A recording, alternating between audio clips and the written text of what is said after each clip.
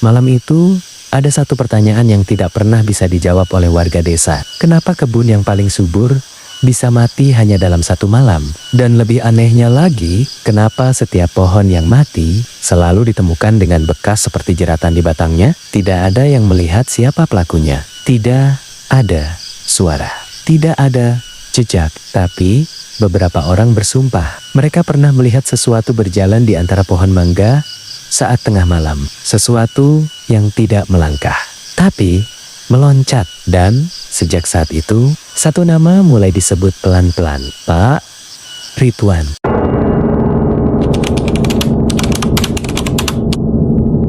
Assalamualaikum warahmatullahi wabarakatuh. Selamat datang kembali di channel Pena Hitam Story. Seperti biasa, di sini kita akan mendengar lagi kisah-kisah yang dipercaya pernah terjadi, kisah yang terlalu nyata untuk diabaikan dan terlalu gelap untuk diceritakan sembarangan. Dan malam ini, sebuah cerita datang dari desa penghasil mangga tentang kesuksesan yang tidak wajar dan teror santet yang datang tanpa jejak, yaitu santet tali kafan. Oke, tanpa perlu panjang lebar, kita langsung saja masuk ke dalam cerita. Malam di desa Sumbermangu tidak pernah benar-benar kosong.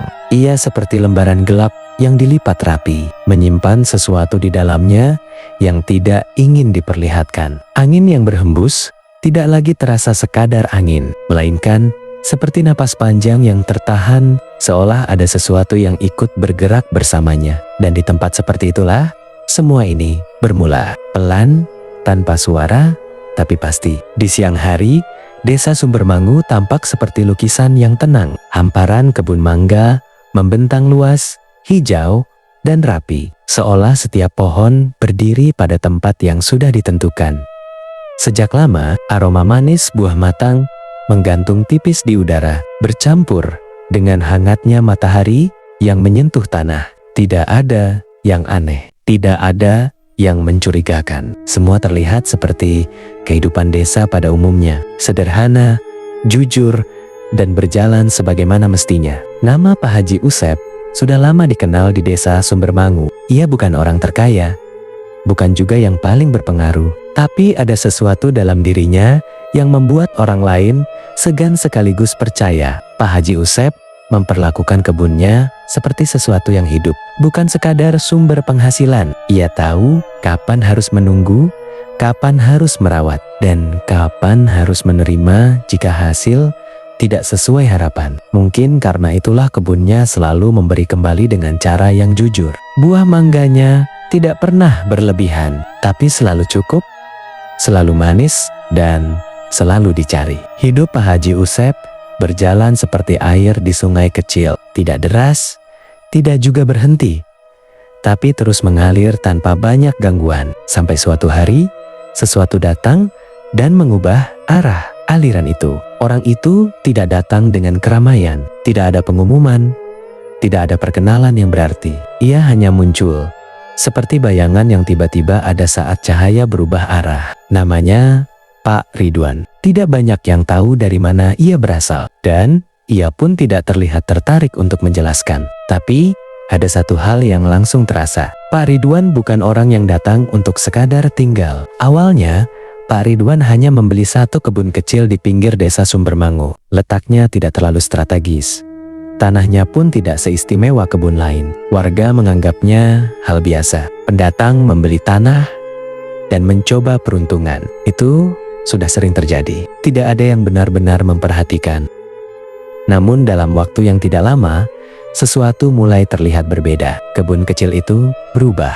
Pohon-pohon mangganya tumbuh lebih cepat, lebih rimbun, seolah tanah di bawahnya menyimpan sesuatu yang tidak dimiliki tanah lain. Buahnya muncul lebih awal, ukurannya lebih besar, dan warnanya lebih cerah dibandingkan kebun manapun di desa itu. Bahkan, aromanya terasa lebih tajam, seperti manis yang dipaksakan keluar. Orang-orang mulai memperhatikan. Mereka datang, melihat, bahkan mencicipi.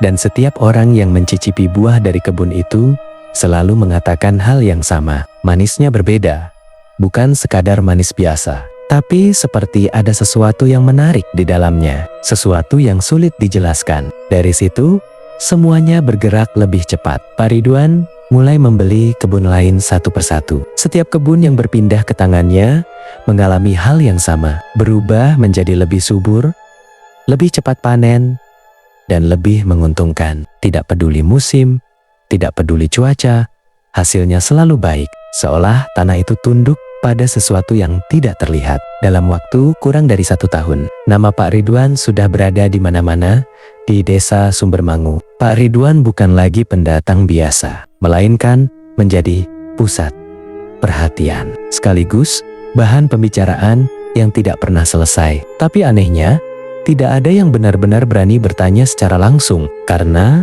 semakin lama diperhatikan, semakin terasa bahwa kesuksesan itu terlalu rapi untuk disebut kebetulan. Di sisi lain, sesuatu yang berbeda mulai terjadi pada kebun Pak Haji Usep. Awalnya, hanya hal kecil, satu pohon yang daunnya menguning lebih cepat dari seharusnya. Pak Haji Usep menganggap itu hal biasa. Dalam setiap kebun, pasti ada 1 atau 2 yang tidak bertahan. Pak Haji Usep tidak terlalu memikirkannya. Tapi keesokan harinya, tanpa disadari, satu persatu pohon mengalami hal yang sama. Perubahan kecil itu mulai membentuk pola. Buah yang seharusnya matang perlahan, tiba-tiba jatuh sebelum waktunya. Saat dibelah, dagingnya sudah lembek dan berwarna kehitaman, seperti membusuk dari dalam. Padahal dari luar tidak ada tanda apa-apa, seolah sesuatu bekerja diam-diam, merusak tanpa meninggalkan jejak. Hari demi hari,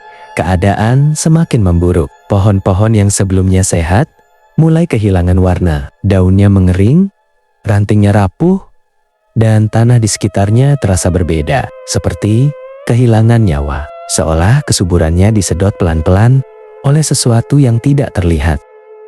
Para pekerja mulai merasa tidak nyaman. Beberapa dari mereka mengaku melihat sesuatu di malam hari. Bukan jelas, namun hanya sekilas, seperti bayangan putih yang bergerak di antara pohon. Ada juga yang bilang mereka mendengar suara aneh, seperti sesuatu yang diseret pelan di atas tanah. Tapi setiap kali diperiksa, tidak ada apa-apa. Pak Haji Usep mencoba tetap tenang. Ia sudah lama hidup dari kebun, dan ia tahu tidak semua hal bisa langsung dijelaskan. Tapi ada satu hal yang mulai mengganggunya. Perasaan bahwa ini bukan sekadar masalah tanaman. Suatu sore, saat matahari mulai turun dan cahaya berubah menjadi lebih redup, Pak Haji Usep berjalan menyusuri kebunnya. Ia berhenti di salah satu pohon yang paling parah kondisinya. Batangnya terlihat normal, tapi ketika ia menyentuhnya, kulit batang itu terasa rapuh tidak wajar, seperti bagian dalamnya sudah kosong. Saat kukunya sedikit menekan, serpihan halus rontok begitu saja, seperti kayu yang sudah mati dari dalam.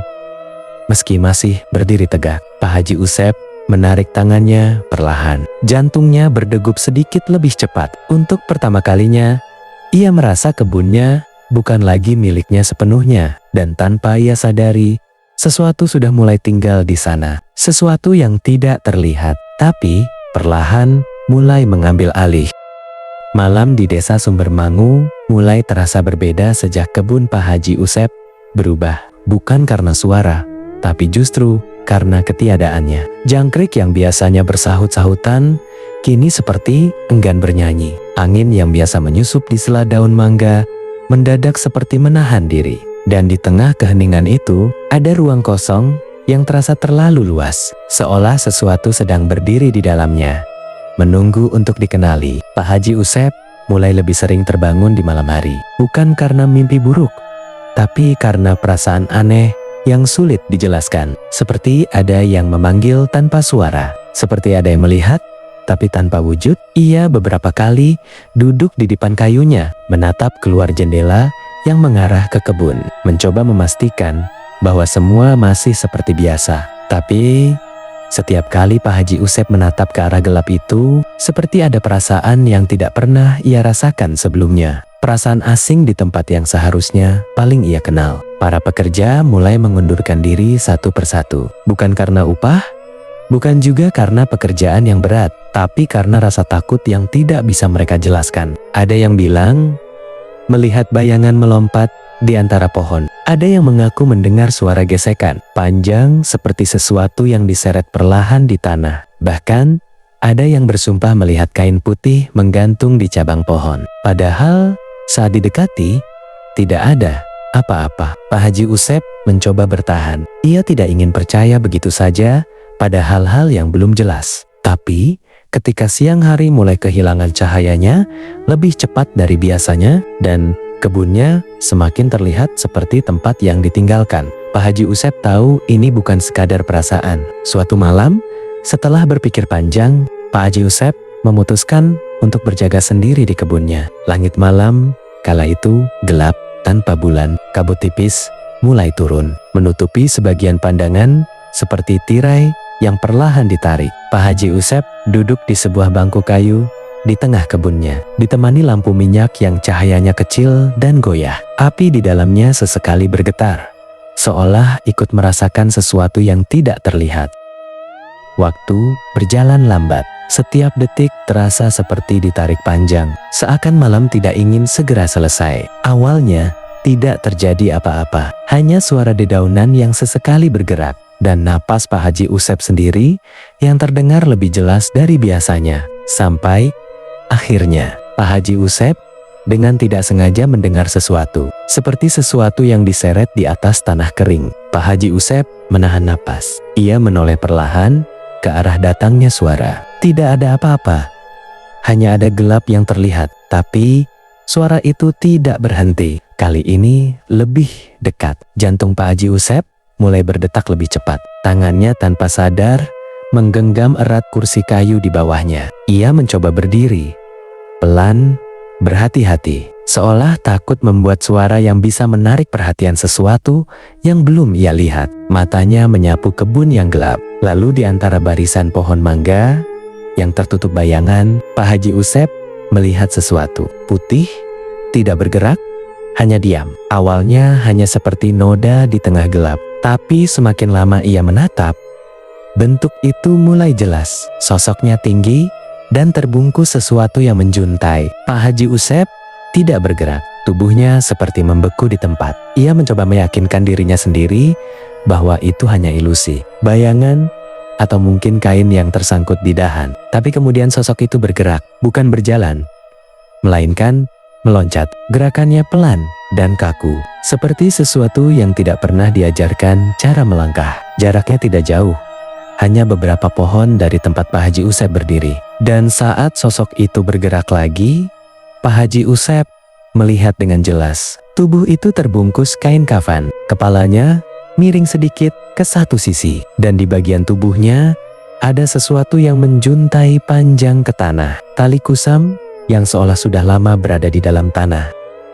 Pak Haji Usep ingin berlari, ingin berteriak, tapi tubuhnya tidak merespon, seolah ada sesuatu yang menahan setiap ototnya agar tetap diam. Sosok itu mendekati salah satu pohon mangga, lalu dengan gerakan yang lambat dan tidak wajar, pocong itu mengangkat tali yang menjuntai dan mengikatkannya ke batang pohon. Begitu tali itu menyentuh kulit pohon, daun-daunnya langsung bergetar. Bukan karena angin, tapi seperti bereaksi terhadap sesuatu yang menyakitkan. Dalam hitungan detik, warna hijau pada daun mulai memudar. Buah yang masih menggantung tiba-tiba jatuh satu persatu, menghantam tanah dengan suara pelan. Pak Haji Usep menyaksikan semuanya tanpa bisa bergerak, seolah ia dipaksa untuk melihat, untuk memahami bahwa ini bukan sekadar gangguan, ini adalah sesuatu yang sengaja dikirim. Sosok itu diam sejenak, kemudian perlahan kepalanya berputar, menghadap langsung ke arah Pak Haji Usep.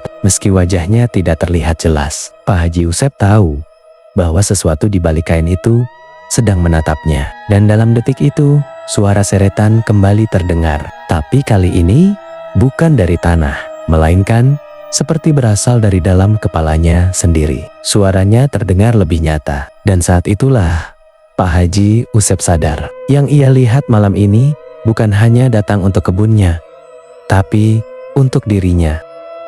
Sejak malam itu, Sesuatu ikut pulang bersama Pak Haji Usep, bukan dalam bentuk yang bisa dilihat, bukan juga sesuatu yang bisa disentuh, tapi sebuah rasa yang menempel diam-diam, seperti bayangan yang tidak pernah benar-benar pergi meski cahaya sudah kembali. Saat Pak Haji Usep melangkah masuk ke dalam rumahnya, ia sempat berhenti sejenak di depan pintu. Karena untuk pertama kalinya, tempat yang selama ini ia anggap paling aman, terasa seperti bukan miliknya lagi. Udara di dalam rumah itu masih sama, tidak berubah. Tapi entah kenapa terasa lebih berat, seperti ada sesuatu yang ikut masuk tanpa diundang, lalu memilih diam di sudut yang tidak terlihat. Pak Haji Usep duduk di depannya, menatap kosong ke arah pintu yang tadi ia tutup sendiri, mencoba menenangkan pikirannya yang terus berputar. Pak Haji Usep merasa sangat lelah, tapi setiap kali ia memejamkan mata, bayangan sosok di kebun itu muncul lagi, berdiri diam dengan tali yang menjuntai, seolah menunggu untuk mendekat. Akhirnya, tanpa ia sadari, tubuhnya menyerah. Pak Haji Usep tertidur dalam kelelahan yang tidak sepenuhnya membawa istirahat. Di dalam tidurnya, Pak Haji Usep kembali berada di kebunnya. Tapi kebun itu tidak seperti biasanya. Tidak ada warna, tidak ada suara, dan tidak ada kehidupan. Semua terlihat pucat, seperti dunia yang sudah ditinggalkan terlalu lama. Pohon-pohon mangga berdiri diam tanpa daun yang bergerak, dan tanah di bawahnya tampak kering tanpa jejak kehidupan. Di tengah kebun itu, sosok yang sama kembali muncul. Pocong itu berdiri tidak jauh darinya, dengan tubuh yang kaku dan kepala yang sedikit miring. Kain kafannya tampak lebih kotor dari sebelumnya, dan di bagian bawahnya, tali panjang itu kembali terlihat. Namun, kali ini, tali itu tidak diam. Ia bergerak perlahan, merayap di atas tanah, seperti sesuatu yang hidup dan sedang mencari arah. Pak Haji Usep ingin mundur, tapi kakinya terasa tertanam di tanah. Ia ingin berteriak, tapi tidak ada suara yang keluar dari tenggorokannya. Pak Haji Usep hanya bisa melihat saat tali itu terus bergerak mendekat, pelan, tapi pasti. Ujungnya menyentuh kakinya, lalu merayap naik tanpa bisa dihentikan, dari betis, ke paha, ke pinggang, dan akhirnya sampai ke lehernya. Dalam sekejap, lilitan itu mengencang. Napas Pak Haji Usep langsung terhenti. Dadanya terasa seperti ditekan dari dalam, dan setiap usaha untuk menarik napas justru membuat lilitan itu semakin kuat. Pak Haji Usep meronta mencoba untuk melepaskan diri, tapi semakin ia melawan, semakin kuat jeratan itu mencengkeram.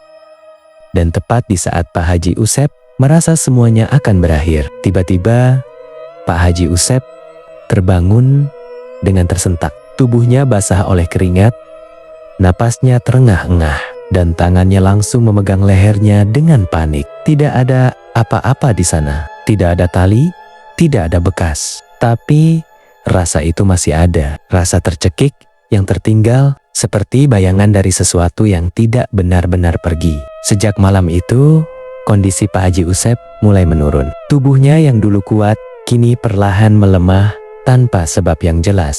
Nafasnya sering terasa berat, langkahnya tidak lagi sekuat dulu, dan wajahnya mulai tampak pucat, seperti kehilangan sesuatu yang tidak terlihat. Setiap malam, kejadian yang sama terulang. Pak Haji Usep selalu terbangun di tengah malam dengan perasaan dicekik, dengan napas yang seolah ditahan oleh sesuatu yang tidak kasat mata. Yang lebih mengganggu, bukan hanya saat ia tidur. Kadang saat Pak Haji Usep terjaga, ia tetap merasakannya, seperti ada sesuatu yang melingkar di lehernya. Tipis, tapi nyata. Ia beberapa kali mencoba mengusap lehernya, memastikan tidak ada apa-apa. Tapi setiap kali tangannya menjauh, rasa itu kembali. Seolah ada sesuatu yang sengaja ingin ia sadari, tapi tidak ingin terlihat. Keluarganya Pak Haji Usep mulai panik. Mereka melihat perubahan yang terlalu cepat pada diri Pak Haji Usep. Dari yang awalnya hanya lelah, menjadi sakit yang tidak bisa dijelaskan. Makan berkurang,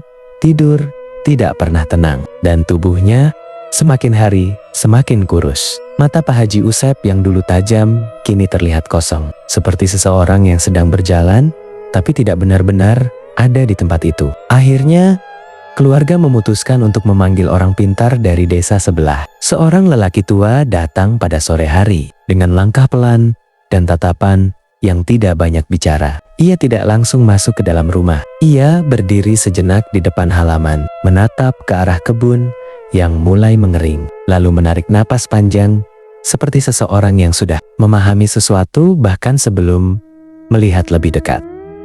Saat ia masuk dan melihat Pak Haji Usep untuk pertama kalinya, raut wajahnya berubah.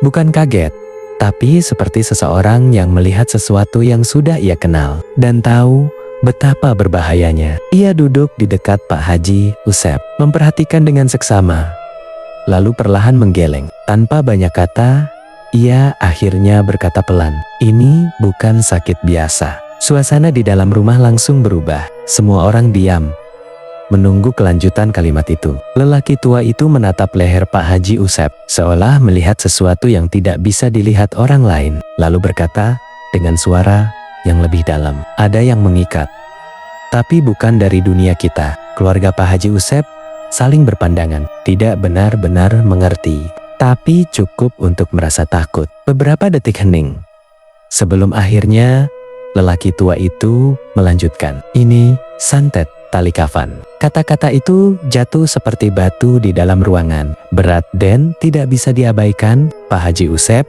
yang sejak tadi hanya diam, perlahan menutup matanya. Bukan karena lelah, tapi karena ia tahu apa yang datang ke kebunnya malam itu belum selesai. Malam di desa Sumbermangu terasa lebih sunyi dari biasanya, seolah seluruh desa sedang menahan napas tanpa tahu apa yang sedang ditunggu. Rumah Pak Haji Usep menjadi pusat dari kegelisahan itu. Di dalamnya, ritual mulai dilakukan. Lampu dipadamkan, hanya menyisakan cahaya temaram dari lilin yang menyala gemetar, seolah ikut merasakan sesuatu yang tidak kasat mata. Orang pintar itu duduk di depan Pak Haji Usep, matanya terpejam, bibirnya berkomat kamit pelan, seperti sedang berbicara dengan sesuatu yang tidak terlihat oleh siapapun di ruangan itu. Udara perlahan berubah, tidak dingin, tidak panas, tapi terasa berat. Seperti ruang itu dipenuhi oleh sesuatu yang tidak memiliki bentuk. Nafas Pak Haji Usep mulai tidak teratur, dadanya naik turun dengan cepat, sementara tangannya sesekali bergerak sendiri, seperti mencoba melepaskan sesuatu yang melilit lehernya. Keluarganya hanya bisa melihat dengan cemas, tidak berani mendekat, seolah ada batas tak terlihat yang melarang siapapun untuk masuk lebih jauh. Tiba-tiba, tubuh Pak Haji Usep menegang, matanya terbuka lebar, tapi tidak seperti orang yang sadar. Tatapannya kosong, namun terasa menembus batas. Suara yang keluar dari mulutnya bukan lagi suaranya sendiri, lebih berat, lebih dalam, seperti berasal dari tempat yang jauh dan gelap. "Aku tidak akan pergi." Suara itu berhenti sejenak, lalu kembali terdengar dengan nada yang lebih tajam. "Sebelum yang mengirimku ikut." Suasana langsung membeku, tidak ada yang berani bergerak. Bahkan suara napas pun terasa seperti sesuatu yang terlalu berisik untuk dikeluarkan. Orang pintar itu membuka matanya perlahan, lalu menatap lurus ke arah Pak Haji Usep. Bukan sebagai manusia, tapi sebagai sesuatu yang sedang dipinjam. "Siapa yang menyuruhmu?" tanyanya pelan, namun tegas. Beberapa detik tidak ada jawaban, hanya suara napas berat yang memenuhi ruangan. Lalu perlahan, bibir Pak Haji Usep bergerak lagi. "Ridwan." Satu nama itu cukup. Semua yang ada di ruangan itu langsung mengerti, tanpa perlu penjelasan lebih jauh. Orang pintar itu menarik napas panjang. Wajahnya tidak terkejut, seolah ia sudah menduga sejak awal. Ia lalu kembali melanjutkan ritualnya, kali ini dengan suara yang lebih keras, lebih tegas, seperti sedang memaksa sesuatu untuk melepaskan apa yang bukan miliknya. Tubuh Pak Haji Usep bergetar hebat, tangannya mencengkeram lehernya sendiri, seolah benar-benar ada sesuatu yang sedang menjerat di sana. Namun perlahan gerakan itu mulai melemah, nafasnya yang tadi tersengal mulai lebih teratur, dan akhirnya tubuh Pak Haji Usep terkulai lemas. Ritual itu selesai, atau setidaknya terlihat selesai. Orang pintar itu berdiri perlahan, menatap Pak Haji Usep yang kini terbaring lemah. Ia tidak terlihat lega, justru sebaliknya. Wajahnya menyimpan sesuatu yang belum selesai. Santetnya sudah dilepas, katanya pelan. Keluarga Pak Haji Usep menghela napas lega. Tapi kalimat itu belum selesai. Tapi tidak hilang, semua kembali diam. Orang pintar itu melanjutkan dengan suara yang lebih rendah. Yang seperti ini tidak pernah benar-benar hilang. Ia hanya kembali ke tempat asalnya. Di malam yang sama, di rumah yang berbeda, seseorang terbangun tanpa alasan yang jelas. Pak Ridwan, ia membuka matanya perlahan, merasakan sesuatu yang aneh di dalam rumahnya. Bukan suara, bukan bayangan, tapi perasaan seperti ada yang memperhatikannya dari tempat yang tidak bisa ia lihat. Pak Ridwan duduk mencoba untuk menenangkan dirinya. Terdengar sesuatu, sama persis seperti suara yang pernah terdengar di kebun Pak Haji Usep. Pak Ridwan langsung menoleh ke arah pintu. Suara itu datang dari luar, lebih tepatnya dari halaman rumahnya. Pelan tapi jelas, seperti sesuatu yang sedang diseret di atas tanah. Pak Ridwan berdiri. Langkahnya ragu, tapi rasa penasaran lebih kuat dari ketakutannya. Pintu dibuka perlahan, dan di luar sana Pak Ridwan melihat sesuatu, sosok putih. Diam berdiri di tengah halaman, tapi kali ini tidak hanya satu tali yang menjuntai. Ada banyak tali yang menggantung. Tali-tali itu menggantung, lalu bergerak pelan, meski tidak ada angin, seperti hidup, seperti menunggu. Pak Ridwan mundur satu langkah, namun sosok itu bergerak, melompat, mendekat, tanpa suara. Tali-tali itu mulai menjulur, bergerak ke arahnya seperti tangan yang ingin meraih. Pak Ridwan mencoba menutup pintu, tapi sudah terlambat. Salah satu tali melilit kakinya dengan kencang, lalu yang lain menyusul, melilit tangannya, tubuhnya, lalu lehernya. Pak Ridwan berusaha melawan, berteriak, tapi suaranya seperti ditelan oleh malam. Tidak ada yang mendengar, tidak ada yang datang. Hanya ada dirinya dan sesuatu yang kini menagih. Keesokan paginya, kabar itu menyebar cepat di desa Sumbermangu. Pak Ridwan ditemukan di dalam rumahnya dalam keadaan sudah tidak bernyawa. Tubuhnya terbaring kaku dengan posisi yang tidak wajar, seperti seseorang yang berusaha melepaskan sesuatu dari lehernya di saat-saat terakhir. Tidak ada luka, tidak ada tanda kekerasan, tapi wajahnya menyimpan ketakutan yang tidak sempat hilang. Di sisi lain, kondisi Pak Haji Usep perlahan membaik, nafasnya kembali normal, tubuhnya mulai mendapatkan kembali tenaganya, dan untuk pertama kalinya setelah sekian lama, Pak Haji Usep bisa tidur tanpa terbangun di tengah malam. Namun, ada satu hal yang tidak pernah benar-benar hilang, bekas samar di lehernya, seperti lingkaran tipis yang tidak bisa dijelaskan. Hari-hari berlalu, desa mulai kembali seperti semula, tapi tidak sepenuhnya. Kebun mangga milik Pak Ridwan satu persatu mati, sama seperti yang dulu terjadi pada kebun Pak Haji Usep. Pohon-pohon itu berdiri kering, seperti saksi bisu dari sesuatu yang pernah terjadi di sana. Dan sejak saat itu, beberapa warga mengaku masih melihat sesuatu di malam hari. Sosok putih dengan tali yang menjuntai, berjalan di antara pohon-pohon yang sudah mati. Tidak mencari, tidak mengejar, hanya menunggu, seolah apa yang terjadi dulu belum benar-benar selesai. Beberapa minggu kemudian, desa Sumbermangu perlahan kembali tenang. Aktivitas warga berjalan seperti biasa. Suara anak-anak kembali terdengar di sore hari, dan pasar desa kembali ramai seperti tidak pernah terjadi apa-apa. Nama Pak Ridwan pun mulai jarang dibicarakan, seolah kejadian itu adalah sesuatu yang ingin dilupakan bersama waktu. Namun tidak dengan kebun itu. Kebun yang dulu penuh dengan pohon mangga berbuah lebat, kini hanya menyisakan batang-batang kering yang berdiri diam. Tidak ada yang berani mendekat terlalu lama, bahkan sekadar melintas di pinggirnya saat malam hari pun. Sebagian orang memilih memutar jalan. Beberapa warga sempat mencoba menghidupkan kembali kebun tersebut, menanam ulang, mengganti tanah, bahkan mendatangkan bibit baru dari luar desa. Tapi hasilnya selalu sama, tidak ada yang tumbuh. Seolah tanah itu sudah menolak kehidupan. Saat malam turun, suasana di kebun itu berubah. Angin terasa lebih berat, dan keheningan yang ada bukan lagi ketenangan, melainkan sesuatu yang menekan perlahan. Beberapa orang yang pernah melewati area itu mengaku melihat bayangan putih di antara pohon-pohon mati, seperti sedang memperhatikan, dan anehnya, sosok itu tidak pernah benar-benar menghilang. Ia hanya tidak selalu terlihat. Dari semua yang terjadi, warga desa Sumbermangu akhirnya memahami satu hal, bahwa tidak semua yang selesai benar-benar berakhir. Karena ada hal-hal yang sekali dilepaskan ke dunia ini tidak pernah benar-benar pergi.